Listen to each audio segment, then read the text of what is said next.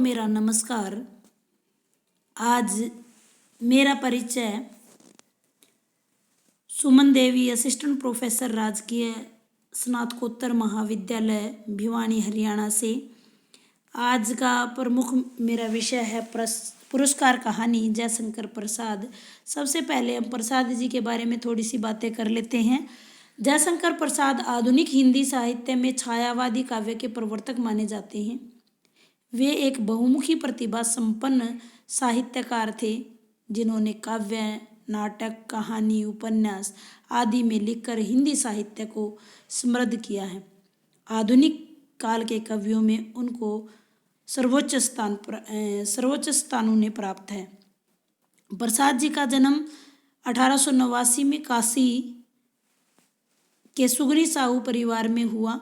हिंदी साहित्य के यशस्वी कलाकार जयशंकर प्रसाद जी के पिता एक धनी, प्रतिष्ठित और संपन्न थे। उनके परिवार में सरस्वती और लक्ष्मी दोनों का ही वरदान था। बालक जो है शुरू से ही आरंभिक जीवन बड़ा उनका खुशहाली से भरा हुआ है। ज़्यादातर हमने देखे होंगे जितने भी लेखक हुए हैं, कवि हुए हैं, वो निर्धन अवस्था में रहे हैं, लेकिन इनके साथ कुछ ऐसा नहीं था। वे व्यायाम करते थे, अच्छा खाना खाते थे, अच्छे वस्त्र पहनते थे, सुंदर और जो मुख है उनका वो तेजस्वी था।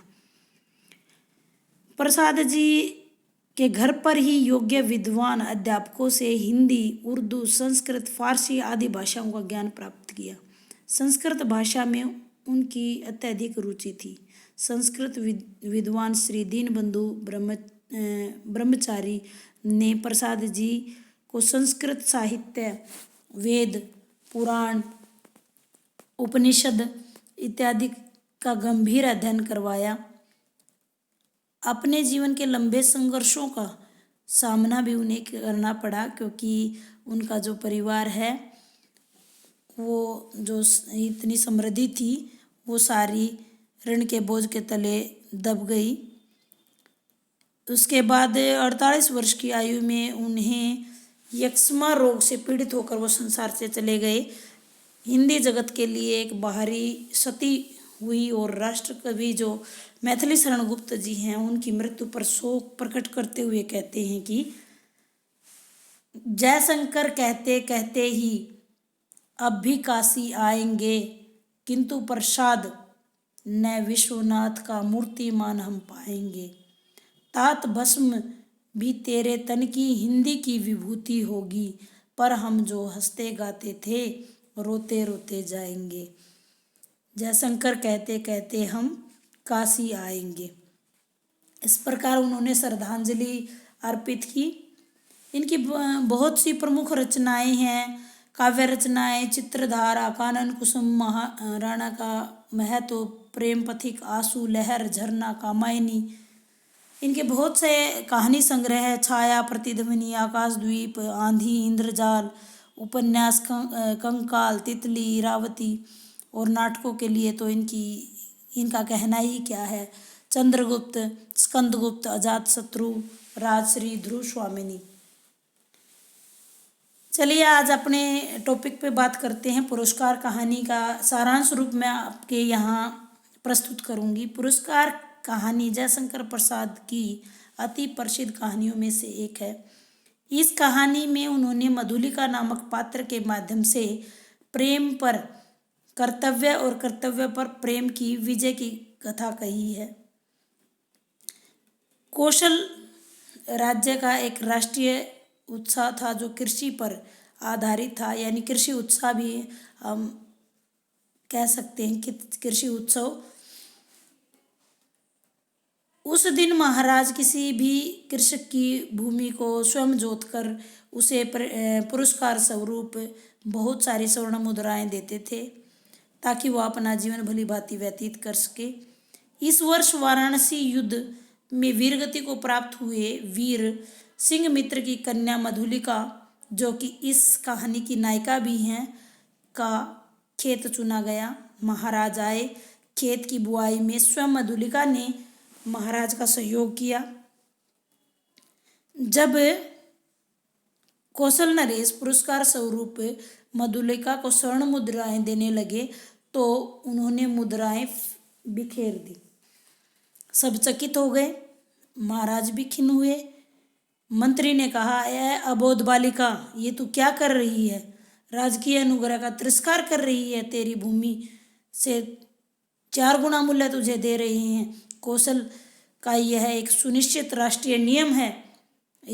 लेकिन मधुलिका जवाब में कहती है कि राजकीय रक्षण की अधिकारिणी तो सारी प्रजा है मंत्रीवर। महाराज को भूमि समर्पण करने में मेरा कोई विरोध न है न था, किंतु मूल्य मुझे स्वीकार नहीं है, क्योंकि मेरे पिता की जो भूमि है मैं उसको बेचना नहीं चाहती हूँ।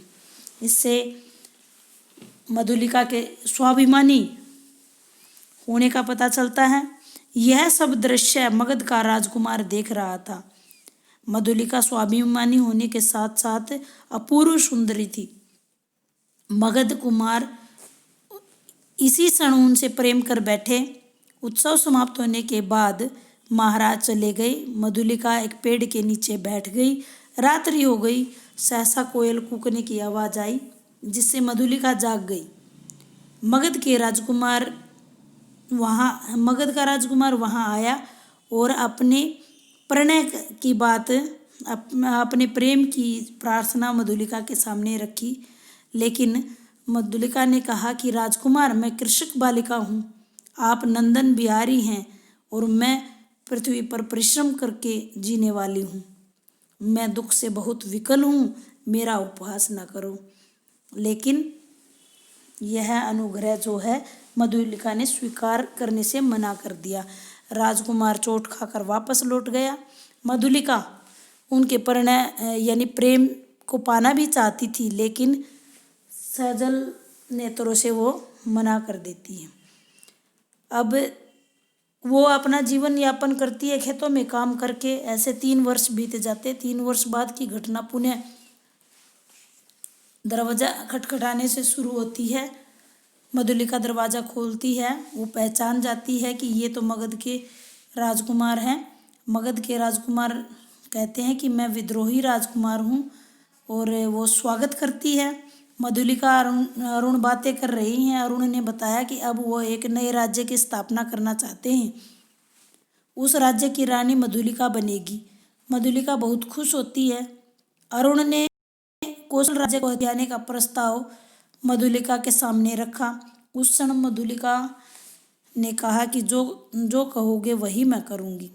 मधुलिका ने कौशल नरेश के पास जाकर दुर्ग के समीप जो सैनिक महत्व की एक उबड़ खाबड़ जमीन पड़ी थी उसकी मांग कर ली। 3 वर्ष पूर्व की घटना और यह जानकर कि वह सिंह मित्र की कन्या है, थोड़ी सी भी झिझक किए बिना जो कौशल नरेश है उन्होंने यह बात उसकी स्वीकार कर ली। वह स्थान अरुण के सैनिकों के लिए शिविर बना दिया। अरुण ने मधुलिका को सांत्वना दी कि वो शीघ्र ही कौशल को अपने अधिकार में ले लेगा और अगले ही दिन उसका अभिषेक होगा। मधुलिका बहुत प्रसन्न थी। साथ ही अरुण की विजय के प्रति उसे शंका भी थी कि केवल 100 सैनिकों से क्या वो विजय प्राप्त कर पाएगा। यह बात उसको बेचैन कर रही थी। रात्रि होने पर मधुलिका अपनी झोपड़ी की तरफ बढ़ती जा रही थी। मार्ग में उसे गलानी हुई कि वह सिंह मित्र की कन्या होकर कौशल पर अधिकार करने के लिए विदेशियों का साथ दे रही है। एकदम से उसकी विचारधारा बदल गई और वो कुटिया पहुंचने की बजाय राज दरबार में पहुंच जाती है। उसने कौशल नरेश को सारी बात सुना देती है और जो सेनापति है वो साहसिक अरुण को बंदी बना लेता है। जनता की सहमति पर उसे प्राण दंड की सजा सुनाई जाती है। कौशल नरेश मधुलिका को पुरस्कार देना चाहते हैं, लेकिन वो कहती है मुझे कुछ नहीं चाहिए। राजा कहते हैं नहीं तू मांग, मैं तुझे कुछ देना चाहता हूँ। तो वो कहती है कि मुझे प्राण दंड दे दीजिए, और बंदी अरुण के समीप जाकर खड़ी हो जाती है। यही कहानी का समापन हो जाता है। एक मार्मिक कहानी। अब समीक्षा की दृष्टि से अगर मैं देखूं तो कहानी के मुख्य तत्व हैं, जैसे किसी भी कहानी के 6 मुख्य तत्व होते हैं: कथानक, चरित्र चित्रण, संवाद, प्रारंभ और अंत, और भाषा शैली और उद्देश्य। सफलता, किसी भी कहानी की सफलता इन्हीं 6 तत्वों की समीक्षा के बाद ही पता चलता है कि कहानी सफल है या असफल है। चलिए एक कोशिश करते हैं। पुरस्कार कहानी का कथानक बहुत ही विस्तृत है, सूत्र जो हैं वो बिखरे पड़े हैं। यहाँ लक्ष्मी नारायण लाल ने कहा है कि लंबे कथा सूत्रों के पीछे जो प्रसाद जी की एक मुख्य प्रेरणा को इतना विस्तृत कर देते हैं कि कहानी का भावभूमि बहुत ही लंबी चौड़ी हो जाती है। कहानी के अंतर्गत जितनी घटनाएं आती हैं उनका संबंध निर्वाह का ध्यान में रखकर बराबर किया जाता है। कहानी का जो आरंभ है वो आप सबको पता है कृषि उत्सव से शुरू होता है। चरित्र चित्रण की मैं यहाँ बात करूँ, दूसरे पॉइंट की तरफ चलते हैं तो पुरस्कार कहानी में मुख्य पात्र अरुण और मधुलिका हैं, लेकिन राजा का चरित्र भी कहीं कहीं उभर कर सामने आता है। मधुलिका इसमें मुख्य भूमिका में है। दोनों ही पात्र भाव प्रधान हैं। मधुलिका वहाँ की एक पुत्री है जो सुंदर तो है ही है, एक अच्छी देशभक्त भी है। जो लेखक हैं उन्होंने उसके चरित्र को बड़ी बेखूबी से निभाया है, स्पष्ट किया है। सबसे पहला वह मानवीय गरिमा में मंडित चरित्र है, कर्तव्यशील नारी है जो प्रेम को अपने कर्तव्य पर न्योछावर कर देती है। वह राष्ट्रीय भावना से ओतप्रोत है, स्वाभिमानी है, वह सच्ची प्रेमिका है। अरुण के अगर यहाँ चरित्र की बात करूँ तो मुझे 4 मुख्य उनकी विशेषताएं नज़र आती हैं। वो कर्मठ और संघर्षशील पात्र है। वह राज्य से विद्रोही होने के बाद भी निर्भीक है, चारित्रिक दृष्टि से दृढ़ है, अत्यंत संवेदनशील है। पुरस्कार कहानी में मधुलिका भी अंतर्द्वंद का मुख्य केंद्र रही है। जहाँ तीसरे पॉइंट की बात करें, संवाद, जो संवाद हैं वो काव्यात्मक हैं, प्रभावपूर्ण हैं, मार्मिक हैं और पात्रों के चरित्रों को उजागर करने वाले हैं। संवादों में अरुण और मधुलिका दोनों का ही चरित्र उभर कर सामने आता है। मधुलिका की करुण और दया और अरुण की मन की सरलता और मधुलिका के प्रति हृदय में जो प्रेम है वह अपने मन तक सीमित नहीं रख पाता है बल्कि बता देता है। प्रसाद जी इन्हीं विशेषताओं के कारण कई कथाकारों से आगे हैं। प्रारंभ बता दिया मैंने कि कृषि उत्सव के कौशल के कृषि उत्सव से आरंभ होता है और अंत चरम सीमा और अंत एक साथ ही यानी जागृति और जिज्ञासा मनोवृत्ति दिखाते हुए एकदम से जो अंत है वो बड़ा मार्मिक होता है। वो पुरस्कार के रूप में मृत्यु दंड मांगने पर।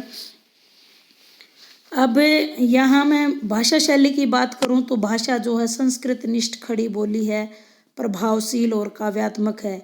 उनकी भाषा में लालित्य और शैली में सजीवता और रोचकता है। मुहावरों का बहुत कम प्रयोग हुआ है। उनकी शैली ग्रामीण न होकर अभिजात्य शैली है।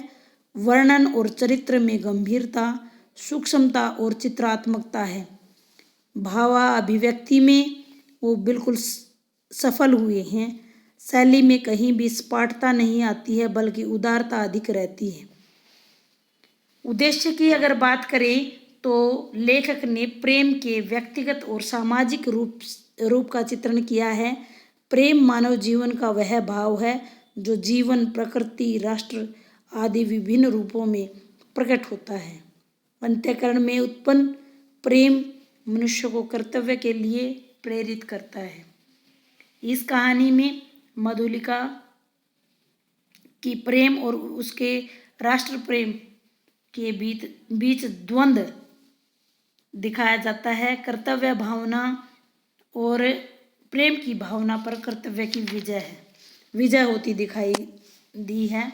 अगर मैं प्रसाद की कहानी कला की बात करूं तो भावात्मक अंतर्द्वंद, कर्तव्य, रोमानी वातावरण में प्रसाद सबसे अग्रणीय हैं।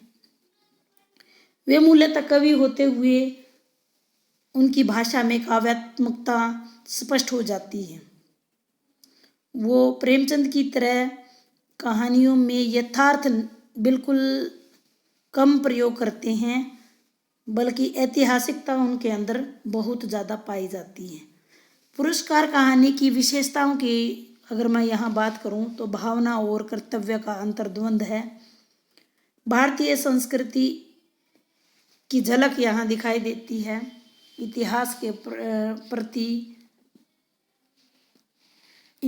के प्रति प्रसाद का मोह यहाँ दिखाई देता है। काव्यात्मक वातावरण की सृष्टि होती है। आदर्श की स्थापना भी कहीं न कहीं इसके अंत में दिखाई देती है। मानवीय चरित्रों का बहुत ही अच्छा विश्लेषण हुआ है। प्रेम और करुणा को भी महत्व प्रसाद जी ने यहाँ दिया है। अब मधुलिका के अगर वर्तमान समस्याओं की बात करें तो वर्तमान समस्याओं को भी उठाती हुए यह कहानी दिखाई देती है। जैसे भूमि अधिग्रहण की समस्या वर्तमान से जोड़कर देखते हैं तो वर्तमान समय पे बहुत सारी बहुराष्ट्रीय कंपनियां तमाम विकास कार्यों के लिए आवासीय कॉलोनियां बनाने के लिए केंद्र और राज्य सरकारें किसानों की भूमि का अधिग्रहण करती हैं। किसान जो हैं भूमि का जो मुआवजा देते हैं उससे किसान संतुष्ट नहीं होते हैं। इस विषय में अनेक प्रकार के विद्रोह आंदोलन होते रहते हैं, क्योंकि इस गतिरोध इस विद्रोह के पीछे जो है भूमि का मूल्यांकन कम होता है। अब चारित्रिक विशेषताओं की मैं एक नज़र डालें तो मधुलिका का चरित्र जो है, मुख्य नायिका है, वो अपूर्व सुंदरी है, स्वाभिमानी है, अंतर्द्वंद की शिकार है, लेकिन लास्ट में जो है सही निर्णय ले पाती है, राष्ट्र भगत और देश भगत है। व्यक्तिगत प्रेम का भी आदर्श यानी प्रेम का भी मान उसने रखा है। राजकुमार अरुण के चरित्र की विशेषताएं मैं पहले भी जिक्र कर चुकी हूँ कि मगध का एक निर्वासित राजकुमार है, विद्रोही है, लेकिन साहसिक भी है, निर्भीक भी है, प्रेमी है, सहृदय प्रेमी है, वीर पुरुष है, लेकिन कहीं न कहीं षड्यंत्रकारी भी है।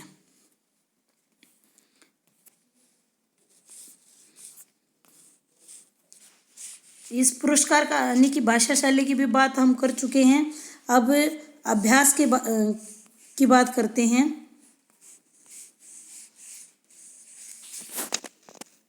स्लाइड मेरी रुक सी गई है। हाँ, इसमें अभ्यास कार्य लघु उत्तरीय प्रश्न, आप इसके आंसर कमेंट बॉक्स में कमेंट करेंगे। मधुलिका के पिता का क्या नाम है? मधुलिका ने अपने खेत की कीमत क्यों स्वीकार नहीं की? कौशल राज्य की राजधानी का क्या नाम था? पुरस्कार कहानी किस शैली में लिखी गई है? जयशंकर प्रसाद की मृत्यु कब हुई और किस कवि ने उनके ऊपर कुछ पंक्तियां कही? आलोचनात्मक प्रश्न की बात करूं कि जयशंकर प्रसाद की कहानी कला की विशेषताएं बताते हुए मधुलिका के चरित्र चित्रण की विशेषताएं लिखिए। उम्मीद करती हूं छोटे से वीडियो के माध्यम से आपको पुरस्कार कहानी स्पष्ट हो पाई होगी। धन्यवाद।